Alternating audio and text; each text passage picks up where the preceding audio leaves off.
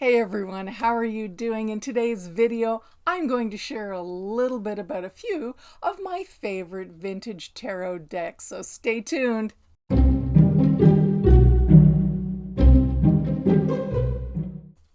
Hey everyone, thanks for tuning in. Monica Bodierski. I am a tarot artist, and because I'm a tarot artist, I tend to collect a few decks that inspire me, either because of their style, their color palette, their unique qualities, lots of different reasons. And surprisingly, I don't have hundreds of decks. I do have a few, but not that many. I like to share my toys. I like to give a lot of them away. And some of them just don't click, or they're very temporary. You know, you have a deck you like for a while, and either you're associating it with a certain time period you've outgrown, or your taste just changes.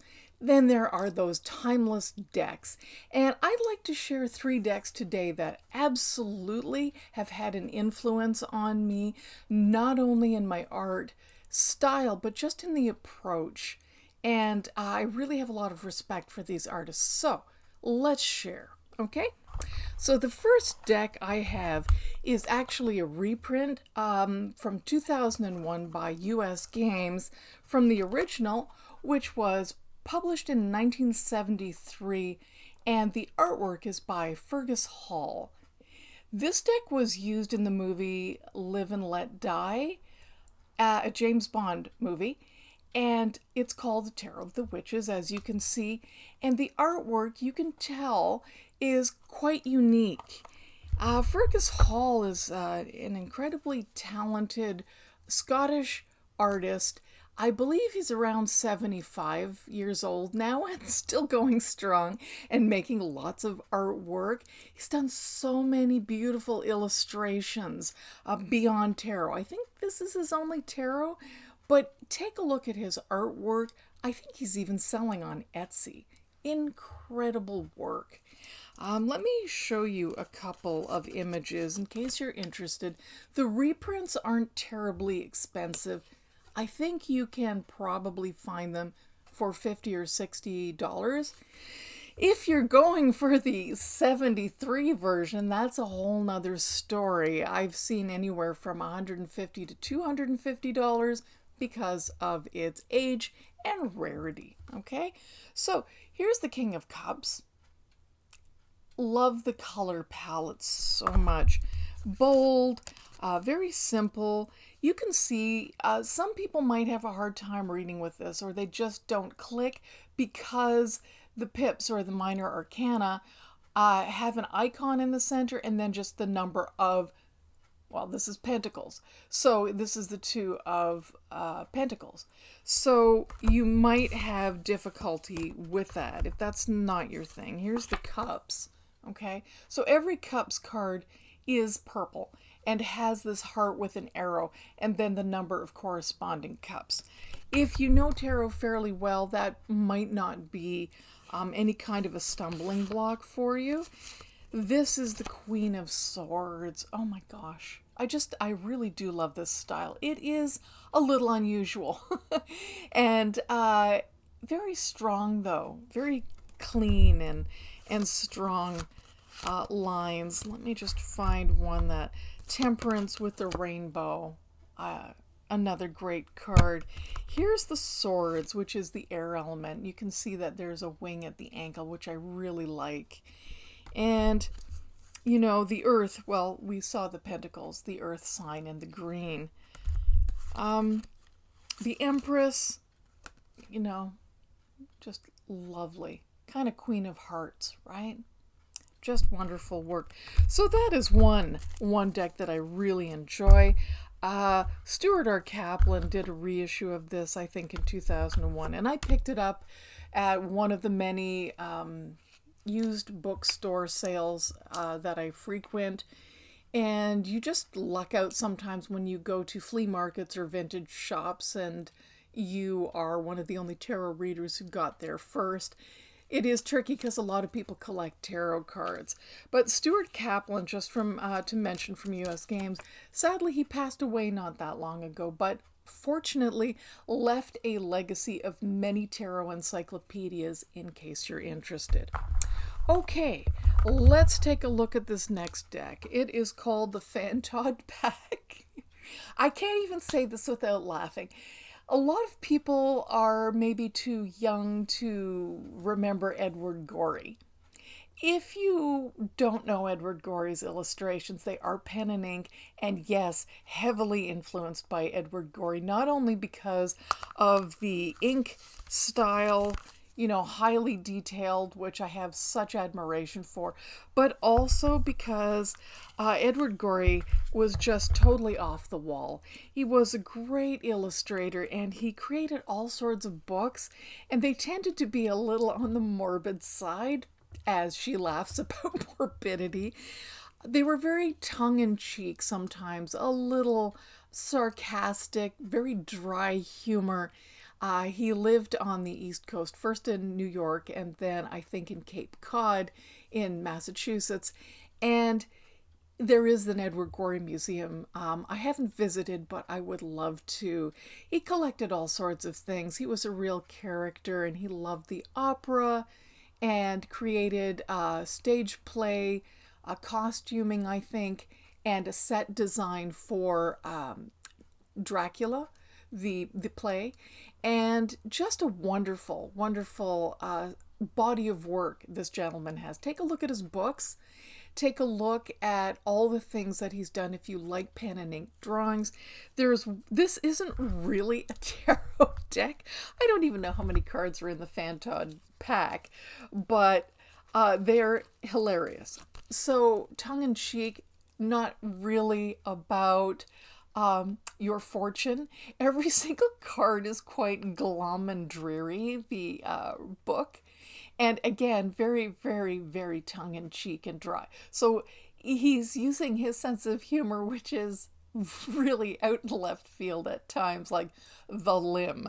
Like, it's this kind of absurdist work, but I really, really love it. The effigy, so creative. The bottle with this unusual little creature inside. And the bundle, is just, to me, very psychological, very subconscious, and shadow. And because I love shadow work, there's a lot going on with the bundle, that is not being said. And he's a master of what is left unsaid. Okay? Something that I am not there yet. I tend to say way too much.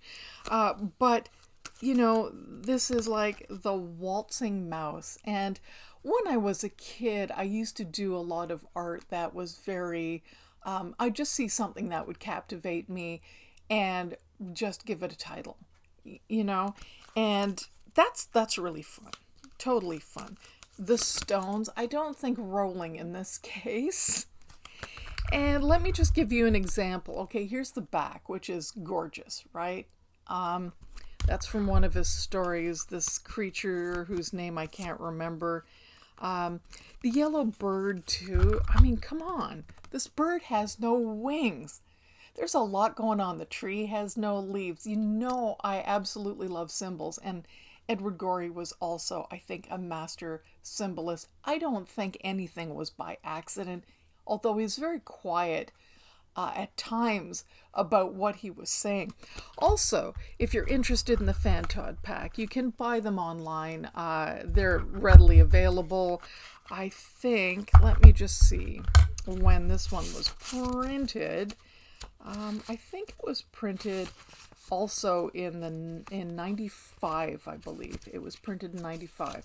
But let me give you an example if I can find it here, because, the cards aren't numbered, right? You get this little verse thing happening. The urn, the sea, the bundle. Okay. And probably now I can't find the bundle. So let me find one that I have something here. Okay. Here is one. It's called The Blue Dog, which of course is hilarious because Edward Gorey, by and large, did only black and white illustrations, and yet this is the blue dog. Okay, so the words that go with the blue dog, if you're interested at all in the Fantod pack, is October, loss of one of the senses, Weltschmerz, unnatural vice, disorders of the knee, diseases of the tongue. Why am I laughing? It's horrible, right? These are all things you should not laugh at, and that is part of Edward Gorey. A miscarriage of a child, truly, that is triggery, and that one I'm not going to chuckle over. Fraud, a quarrel, and wispiness, and dementia. And you know that is a really important point, because Edward Gorey just said whatever he felt, and don't forget, he was very active in the 50s, 60s, 70s, maybe when people were a little less sensitive to what I just mentioned as far as triggers go. And what was really fascinating to me in reading his biography was that, and I should have figured, but it didn't really occur to me, that people in bookstores, like bookstore owners and the publisher, they didn't know what to do with his books. Because on the one hand, they looked very whimsical and like they'd be great children's books. And yet, when they read the content, they were like, what the heck? So they couldn't really put him in anywhere near children's books. And they couldn't really put him in adults' books because graphic novels weren't a thing at that point. Comic books were. But this is a whole different kind of a realm. This is almost like children's books written by someone who's got a very dark sense of humor. So that is, despite what may seem a bit insensitive to some people, I really just love his work. So check out Edward Gorey. All right, and the last deck, which is right up here, is the Phantasmagoric Theater Tarot. All right, as you can see here, let me hold up a regular sized card, and let me get one of these cards for you. This is the difference in size. Okay, I'll hold them together. This is the preface card for the other deck, but these are on the same plane, so you can see how large this card actually is. And the artist for this deck is also by US Games, by the way, is Graham Cameron. And Graham Cameron does a lot of storybook, let me just grab the deck here, and children's illustrations. And the Phantasmagoric Theater Tarot is really, again, very, very unique. I think this one was from 1999, if I'm not mistaken. Yes, what do you know? I actually remembered. 1999, and he has a little preface in here about the deck, alluding to life being like a theater and putting on a play. And I really enjoyed what he said about using tarot. You can connect yourself through a psychic process back to the original script and recognize the deviations you may have made to the performance.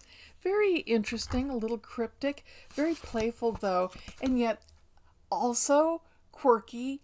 And even though he does a lot of children's illustrations, I find for his tarot drawings, they were very, not so childish. I mean, these are little marionettes, but they could look like hanging people, right? There's a certain quirky darkness to them, shadowy psychology side again. I use tarot to connect to spirit, but for me, spiritual connection is always walking between the worlds in a liminal space. And in that liminal space, a lot of subconscious imagery comes up for me when I journey to spiritual realms or spirits are visiting. Things can become very surreal. And no, I just do that without any substances, by the way. It's just how my mind is. I am an artist. The Hanged Man too, it's very well. I'm looking at it here, and there's a lot going on as far as symbols and the snake and the masking. I have a lot of respect for this type of visioning. You know, it's, I don't know. I really, again, I adore the characters in each of these cards. You know, the Queen here is an artist, and you know, it's, I relate to a lot of this kind of unusual, slightly disturbing. You know, a lot of us who are, again, over 30, over 50, okay. We looked at cautionary tales. If you don't know what those are the kind of tales that if you go into the woods alone, you're going to get eaten by a wolf. Tales. So they were used to protect children from the horrors of the world. But frequently what they did was terrify us just of the world and create this like almost paralyzing fear of going into certain places or going out. And I guess that was the point when you lived by woods and you could be devoured. But they carried on right through the 50s and 60s. Not that the world wasn't dangerous, but they could be horrifying. So, you know, art like this is like, what? What's going on here? Why the scissors? The hat thing, and it's like, is that a circus? I guess. And even the Knight of Swords, there's a teddy bear that's, you know, a little bit rough looking down there, and those spikes coming off of this sort of jacket or robe, and the hands up on the head. It's got a lot going on. So if you like this sort of thing and you're not too sensitive to this kind of creep factor, you know, and that's, again, that's a funny thing because he's done so many children's illustrations and beautifully drawn and colorized, and they're not at all creepy. It's just in tarot, you know, he let that out, and I really, really adore that. You know, what is going on here? You know, the Five of Wands. It's like, hello, I'm being impaled, and yet I'm smiling. We can all feel that way at times, right? So there you go. Another like, who knows what's happening here. Just a lot to explore. So if you like that deck, you can find it. It is, if I'm not mistaken, it is a little bit rare. Okay, I'll show you the back of the box again and the front. And I think here we go. I picked it up for $18 in Salem, Massachusetts, a few years back. And because I hadn't seen it, and it was a used deck. So I haven't had it since 1999. I couldn't find it anywhere. It seemed to come and go fairly quickly for some reason. And maybe it's made it come back, but I don't think it is that cheap because it's not in wide circulation, I don't think. You can also check the websites that frequently sell used decks, and wherever you are located, take a look online. I'm sure somebody from Etsy is selling a used tarot deck. Anyway, thank you so very much for watching this video. Share your favorite decks with me if you have some. Leave a comment, ask a question, enjoy your week, and I'll talk to you again real soon. Bye-bye.